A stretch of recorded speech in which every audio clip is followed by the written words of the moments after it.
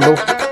ዛሬ የዘመነ ካሴ መግለጫ ነው የመጣሁት። በጣም እጅግ አጓጊና በጣም መደመጥ ያለበት መግለጫ ነው የሰጠው ዘመነ ካሴ። ይናገራል አይገልጸው። እንግዲህ ከአማራ ሚሊሻ ጀምሮ ለካድሬ፣ ለአማራ ሕዝብ፣ ለኢትዮጵያ ሕዝብ ስለ ፕሪቶሪያም እንዲሁም ደግሞ ከኢትዮጵያ ውጭ ላሉ ይህን መንግስት ለሚደግፉ ሁሉ መልእክት አስተላልፏል። ዘመነ ካሴ ፕሪቶሪያንም የአማራ ትግል እንደወለደው ነው እየገለጸልን ያለው። በትክክልም አሳማኝ ነገር ነው እየተናገረ ያለው። ፕሪቶሪያ የአማራን ትግል አልወለደም፣ የአማራ ትግል ፕሪቶሪያን ወልዷል ሲል አስረግጦ ይናገራል። የዘመነ ካሴ መግለጫ በጣም ጥንቅቅ ያለ ለማንም በግልጽ ሁኔታ የሚደርስ እና የሚሰማ የሚደመጥ በጣም አንኳር ነጥቦችን ያካተተ ሐሳቡን አንጸባርቋል። እስኪ መግለጫ አብረን እንከታተለው። በደንብ መደመጥ ያለበት ነው። በሚገባ ይናገራል አይገልጸው። እስኪ የዘመነ ካሴን መግለጫ ደህና ሰነበታችሁ። እጅግ በጣም አመሰግናለሁ። እንኳን ለዛሬው ቀን አበቃችሁ፣ እንኳን ደስ አላችሁ ማለት ፈልጋለሁ።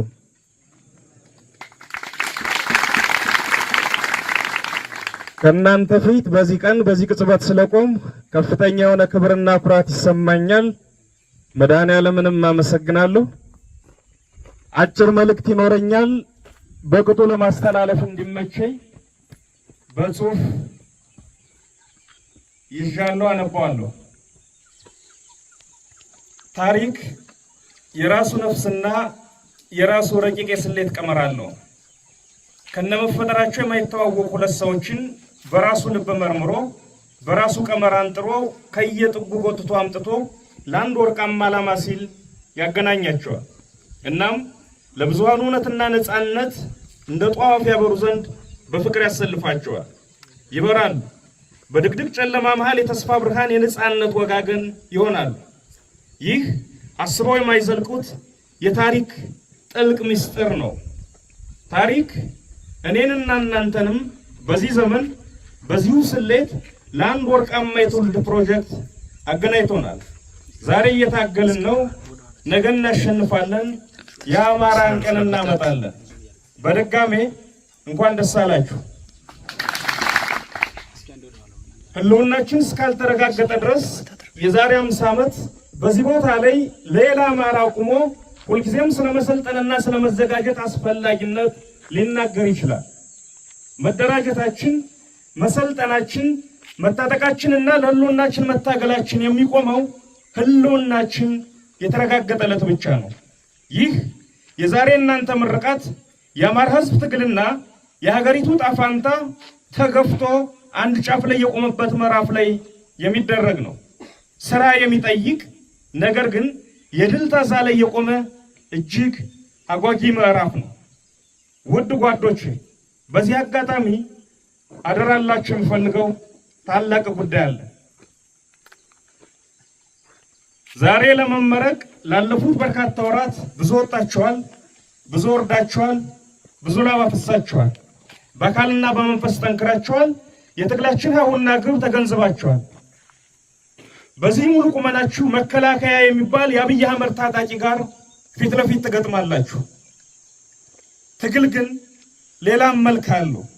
ከራስ ጋር የሚደረግ ትግልና አብሮ ሲኖር ከጓድ ጋር የሚደረግ ትግል እጅግ ከባድና ፈታኞቹ የትግል መልኮች እንደሆኑ ልትገነዘቡ ይገባል። ወደ አብይ አህመድ መተኮስና አብይን ማሸነፍ ቀላል፣ ከባዱ ወደ ራስና ጓደኛ ድክመቶች ማነጣጠር ነው። አብይ በታንክና በድሮን ያልቻለውን ጦርነት በገንዘብ በሽማግሌና በወሬ ሊያሸንፈን እየሞከረ ነው። አንዳንዴ ከሺህ አብይ ታንከኛ አንድ ወሬኛ ትግላችን ላይ ጉዳት ሊያደርስ ይችላልና ጥንቃቄ ማድረግ ያስፈልጋል። እንግሊዞች ስራ ለፈቱ እጆች ሰይጣን ስራ ይፈጥርላቸዋል ይላሉ። ብዙ ጊዜ የወሬና ሐሜት ምንጩ መቦዘን ስለሆነ እያንዳንዱን ደቂቃ ለትግላችን በመድከምና በመስራት በማሰብ እናሳልፍ። ታጋይ ወንድሞች፣ ይህ በእናንተ ላብ በወንድሞቻችሁ ደምና በህዝባችን ሲቃ የተገዛ ትግል ነው። የአብዮቱ ዘበኞች እናንተ ናችሁ። ስለዚህ ከፋፋይ ለግልና ለቡድን ፍላጎት ብቻ የሚሰሩ መንፈሰ ደካሞች ቢገጥሟችሁ ናቋቸው፣ ታገሏቸው። ይህ ትግል የህልውና አደጋ ለገጠመው የአማራ ህዝብ የህልውና ጉዳይ ነው። የሚሳሱለት አይኖች፣ ሌት ተቀን የሚጠብቁት እጆች ይፈልጋል። እናም አደራ ክፋትን፣ ምቀኝነትን፣ ቅናትንና ተንኮልን ተጸየፉ። ማንም የግለሰብም ይሁን የቡድን ጠላት አማራ ላይ ይነሳ መግጠምና መጣል እንችላለን። እኒህ የመንፈስ ደዌዎች ከተጠናወቱን ግን ከጠላት ቀድመው እኛኑ ይጥሉናል። ፖለቲካችን ችላ ያለው ያልተሄደበት መንገድ ቅንነት ነው። ዓለም ደጋግሞ የሚወድቀውም በዚህ ምክንያት ነው። በተንኮልና በክፋት በቦካ ፖለቲካ ዓለም የራሱን እጅ እየበላ ለጊዜው ይረካ ይሆናል እንጂ የትም አይደርስም። ይህ የመሳሪያም የቅንነትም አብዮት ነውና ክፋትንና ተንኮልን ራቁ። የወንድምን ስኬት ውደዱ። ለሌሎች መኖር ልመዱ። ራስ ወዳድ እንዳትሆኑ። ህዝባችን እያለቀ ራስ ወዳድ እንደመሆን ትልቅ ወንጀል የለም። ከፍ ባላችሁ ቁጥር የበለጠ ትሁት ሁኑ። ይህንን የምላችሁ የዓለም ፖለቲካ እንዴት እንደሚሰራና እንደሚሰራ የማላውቅ ቂል ሁኝ አይደለም። ይልቁንም በመደበኛ ፖለቲካ ውስጥ ያለው መደበኛ የቅጥፈት መንገድ ውጤቱ ውድቀት እንደሆነ የዓለም ተሞክሮ በተለይ ደግሞ የራሳችን ልምድ ስለሚነግረኝ እንጂ።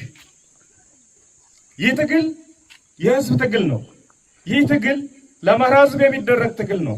መነሻችንም መድረሻችንም ህዝባችን ነው። ምድራዊው እግዚአብሔራችን ህዝብ ነው። ይህን እግዚአብሔር አይኑን መጠንቆል ያስቀስፋል። በስህተት እንኳን ህዝብን የሚያስቀይም ነገር እንዳትሰሩ ክልክል ነው። ህዝብ እንኳን መብቱን ሰብል የለበሰ እርሻ መሬቱን ስትረግጥበት የቤት አጥሩን ስትደገፍበት አይወድም። ህዝብ ፈጣሪያችን ነውና እንቅስቃሴያችን ያያል፣ እስትንፋሳችን ይለካል። ስለዚህ ጥንቃቄ እናድርግ። የአማራ ህዝብ የራሱ የሆነ ንጹህ ተቋም እንዲኖረው ብዙ ቀደምቶች ብዙ ደክመዋል፣ ታስረዋል፣ አካላቸውን ቅስማቸውም ተሰብረዋል፣ ህይወታቸውንም ሰጥተዋል። በቀጠለ ጥረትና ብዙ ድካም በዚህ በእኛ ዘመን ተሳክቷል። የአማራ ህዝብ የአማራ ፋኖ ብሔራዊ ንቅናቄን ፈጥሯል። ይህ ተቋም መድህናችን ሆኖ ወደ ምንፈልገው ግብ ያደርሰን ዘንድ በየዘርፉ የተሳሉ ፖሊሲዎች አሉት። የተቋማችን የመጀመሪያውና ቋሚ ፖሊሲያችን ራስን መቻል፣ ሁሉን አቀፍ ራስ በቅነት በየቀኑ ማሳደግ ያስፈልጋል። ለዚህ ደግሞ ድርጅታዊ ውስጣዊ አንድነታችን እናጠናክራለን። ራሱን ያልቻለ አንገት የሚያቅፈው የለውምና። ስለዚህ የዞች ውስጣዊ አንድነት የድርጅታችን አፋብን ጠንካራ ውስጣዊ አንድነት እጅግ አስፈላጊ ነው። የህዝባችን አንድነት የመተንፈስ ያክል ፍጹም አስፈላጊ ነው። የተበተነ ህዝብ ነጥሎ የሚበላውን ጠላት ከየአቅጣጫው ይጋብዛልና። ሁለተኛውና ተያያዥ ፖሊሲያችን ከራስ መቻል ላይ የመነጨ ከሌሎች ጋር የሚደረግ የተመረጠ በጎ ትብብር ነው። የተሰላና የተጠና ትብብር ሁል ጊዜ አስፈላጊ ነው። ጥቅምህን በሚስጥር ኪስ ይዘህ የሌላን ወገን ጥቅም ሳትነካ የራስህንም ሳታስነካ መተባበር ሁሌም ልክ ነው። ስለዚህ በአጭርም በረጅምም እንተባበራለን። የቀጠናው ኃይሎችም ጋር ቀጠናዊ በሆኑ ጉዳዮች ላይ ከጥቅማችን አኳያ እናብራለን። ፋኖ ልብ አላለውም የግዙፉና የውስብስቡ የምስራቅ አፍሪካ መልክዓ ፖለቲካ አካል ሆኗል። ወይን ዋይቶ ይወጣል፣ ያለበለዚያ ግብግቡ በሚያስነሳው ማዕበል ውስጥ ይሰጥማል። ግዙፉን ቁመናችን በስሌትና በጥበብ ታግዞ የምላጭ ጠርዝ ላይ የመቆም ያክል ተጠንቅቆ ሌሎችን ሳይደፍቅ አሸናፊ ይሆናል። ከዚያ አኳያ በተለይ ከቅርብ ጊዜ ወዲህ የሚስተዋለው ግርግር አማራውን ብቻውን ለማቆም የሚደረግ ሩጫ። በእርግጥ ማንም ኃይል መተማመኛው የራሱ አቅም ነው። የማይሸሽ የማይለወጥና የማይነቅስ የራስ አስተማማኝ አቅም ነው። ይህም ሆኖ አማራ ባለም ፊት ቆሞ ብቻውን ገለባብጦ ተራራውን ሜዳውን ተራራ እንዳላደረገ ሁሉ የአማራ ትግል ተነጥሎ የቆመለት ይከስማል የተባለ ይመስል ይህ ሁሉ ግርግር ፋኖን ብቻውን ለማቆም ነው።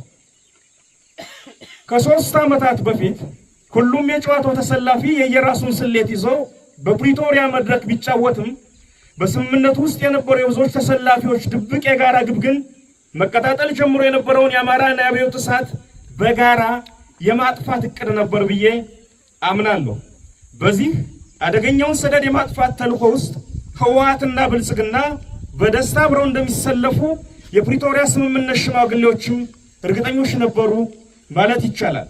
ምናልባት የትግራይ ኃይሎች ታሪካዊ ውሳኔ ወስነው ራሳቸውን ግሉል አድርገው ማቆማቸው እስኪታወቅ ድረስ በቀላሉ አማራን ጨፍልቀው ወደ ኤርትራ መሻገርና የየራሳቸውን ግብ ማሳካት እንደሚችሉ እርግጠኞች ነበሩ።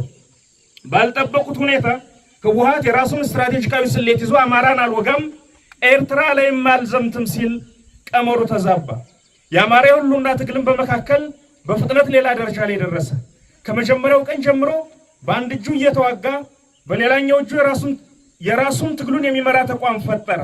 ይህ ሲሆን የጨዋታው መልክ ሙሉ በሙሉ ተቀየረ ማለት ነው። አብይ አህመድ ግን እድሎች ከተገኙ አሁንም እዛው ጨዋታ ውስጥ መሆኑንና ተስፋ ለመቁረጡን የሚያሳየው በተለይ ባለፉት 3 ወራት ውስጥ አማራውን ለመነጠል የሚያደርገው ሩጫ ነው። በዚህ መሃል አንዳንድ አውቀው የተኙ ወይንም በአሞሌ ጨው ራሳቸውን የሸጡ የኛን ወገኖች ሳይ ሌላው ሁሉ ይቅር፣ ይህ ሁሉ ሩጫና ግርግር አማራን ብቻውን አቁሞ ለማጥፋት በመመኘት የሚደረግ መሆኑን እንዴት ማወቅ ታሳናቸው እላለሁ። ለዚህ ፍኝ እድሜስ ስንት ዓመት አሞሌ ይላሳል? በእኔ እምነት የፕሪቶሪያ አፈራራሚዎች ዋና ግብ ጸረ አማራ ብለው ያሰባቸውን ኃይሎች አስተባብረው እየተነሳ ያለው አዲሱ የአማራ አብዮት መንፈስ ላይ ማስመት ነበር። ለጊዜው አልተሳካም። እነዚህ ኃይሎች የአማራ ልዩ ኃይል እንዲፈርስ ለአብይ ቀጭን ትእዛዝ ሰጥተዋል። ልዩ ኃይሉ ፈረሰ። ያም ሆኖ ያሰቡት ሳይሳካ እንዲያውም የፈረሰው ልዩ ኃይል ለትግሉ ልዩ ግብአት ሆነ። ትንሽ ገፋና ደፈር አድርጌ ከደመደም የፕሪቶሪያው ስምምነት በራሱ የአማራ ትንሣኤ ፍርሃትና ድንጋጤ ውጤት ነው። አማራው ባይነሳ ኑሮ የፕሪቶሪያ ስምምነትም አይፈጠርም ነበር። ለዚህ ነው አንዳንድ ወገኖች የአማራ የህልውና ትግል የዘመናት ፍጅትና መጎሳቆል ውጤት መሆኑን ረስተው በፕሪቶሪያው ስምምነት ምክንያት የተፈጠረ ኩርፊያ የወለደው ሊያስመስሉ ሲሞክሩ ሲታይ አስቂኝና አስተዛዛቢ የሚሆነው ፕሪቶሪያ የአማራን ትግል አልወለደም። የአማራ መነሳት ፕሪቶሪያን ወለደ እንጂ። ቆላም ነፈሰ ደጋ ጨዋታውን በደም ተጫውተነው ስርዓቱንም እንደተረገመበት ሰይጣን አፍዝዘን አስቀምጠነዋል። ዕጣ ፋንታውንም በምንወስደው ቀጣይ ሙሉ ለሙሉ ገፍቶ ይመጣል እርምጃ ላይ እንዲወሰን አድርገነዋል። የዚህ ትብብር ስኬትና ውድቀት ግን የሚቀጥሉት ብዙ ዓመታት የእርስ በርስ እልቂት ወይንም ሰላምና ልማት ማለት እንደሆነ ሁላችንም ልንገነዘብ ይገባል። በዚህ አጋጣሚ ባለሀብት ነን የምትሉና ይህን ትግል ለማፍረስ በድለላ የተሰማራችሁ ወገኖች ታው ከፀሐይ በታች የምትሰሩት እያንዳንዱ ስራ ይታወቃል። እንኳን ከህዝብ ከጎረቤት ተጣልቶ መኖር ይቸግራልና አስቡበት። አርፋችሁ ስራችሁን ስሩ። በዚህ ፖለቲካ ድለላ ውስጥ የተሰማራችሁ አንዳንድ የሃይማኖት አባት ነን የምትሉ የየቤተ እምነቱ ሰዎችም ከዚህ ድርጊታችሁ ተቆጠቡ። ሌላው ቢቀር ቤተ እምነታችሁን ለሚያፈርስ ኃይል አካፋ አቀባይ አትሁኑ። ለምድርም ለሰማይም የማይሆን ነገር አትስሩ። በ80 ዓመታችሁ የ30 ዓመት ጆሮ ጠቢን አትፍሩ። በውድቀታችሁ የጣላችሁትን ዘመንና ህዝብ ልናቃና ስንደክም ደንቃራ አትሁኑ። ትንሽ እንኳን ፍሩ። ለውዱ የአማራ ህዝብ ያለምን መከራ ተሸክመሃል። እንድታልቅ ፍጅት ታውጆብሃል። ከዘመናት ሞት ቀመስ እንቅልፍ በኋላ ተነስተሃል። ጠላትህ አቁስለህ የምትተዋወር አይደለምና ሳትቀብረው እንዳትቀመጥ። ጠላት አንድነትህን በወንዝ ለመክፈል በጎጥ ለመተልተል እየሰራ በመሆኑ በደምህ የገነባውን ቤት የሙጥኝ ይበል።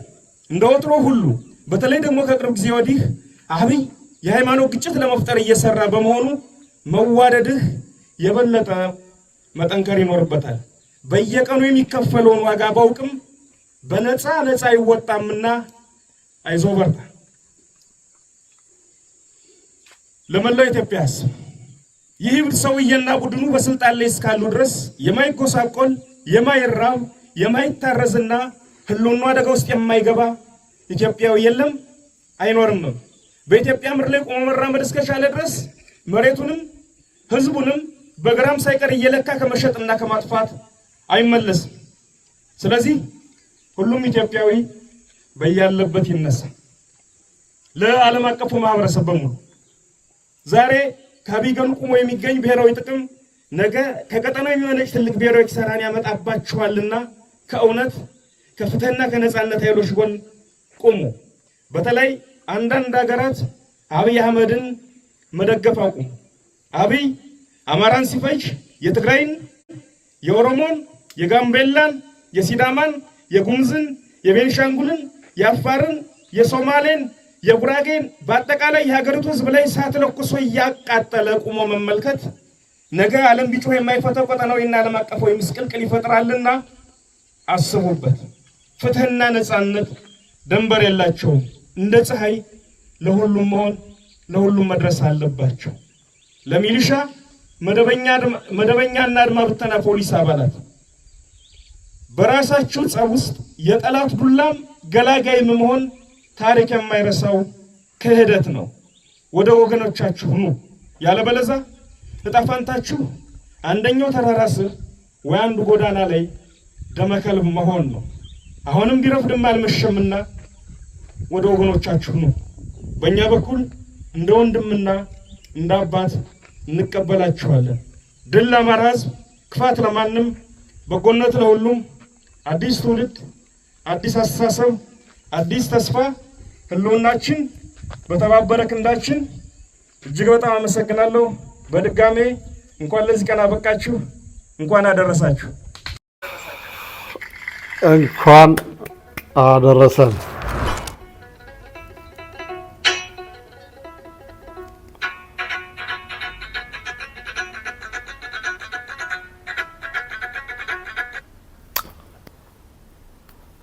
ልዩ ነው። ዘመነ በጣም ይናገራል። መግለጫው ምንም የሚወጣለት ነገር የለም። በተጨባጭ መልእክቱ መድረስ ላለበት ሁሉ ደርሷል። እንደሚደርስ ነው የሚሰማ ነው። በቃ ማንም ሰው ወደደም ጠላም ሳይወድ በግዱ ይሰማዋል፣ ሰምቶም ይታወካል። በተለይ በጥፋት መንገድ ላይ ያለ ሁሉ እንደሚታወክ ነው። ይህም መግለጫ ሰምቶ በትክክል ነው። አሁን ድሉ ወደፊት እየመጣ ነው፣ እየተቃረበ ነው። የመንግስት መውደቂያ የተቃረበ ነው። በውስጥ ያሉት ሰዎች ያውቁታል። ስለዚህ ዛሬ ይሄ ዘመነ ካሴ መግለጫ በጣም በጣም በጣም አስደንጋጭ፣ ካድሬውንም ወዳደሩንም ተስፋ የሚያስቆርጥ፣ የመንግስት አካላትን በሙሉ የሚያሸብር መግለጫ ነው። ሰፊ መግለጫ ነው። ትብብሩም በስነ ስርዓት እንደሚካሄድ አስረግጦ ተናግሯል። ስለዚህ ምንም የሚወጣለት መግለጫ አይደለም። ይህን ይመስላል እንግዲህ የዘመነ መግለጫ። የሰማነውን በልቦናችን ያሳድርብን። ስለ ኢትዮጵያ ዝም አንልም መሪ መፈክራችን ነው። ባይ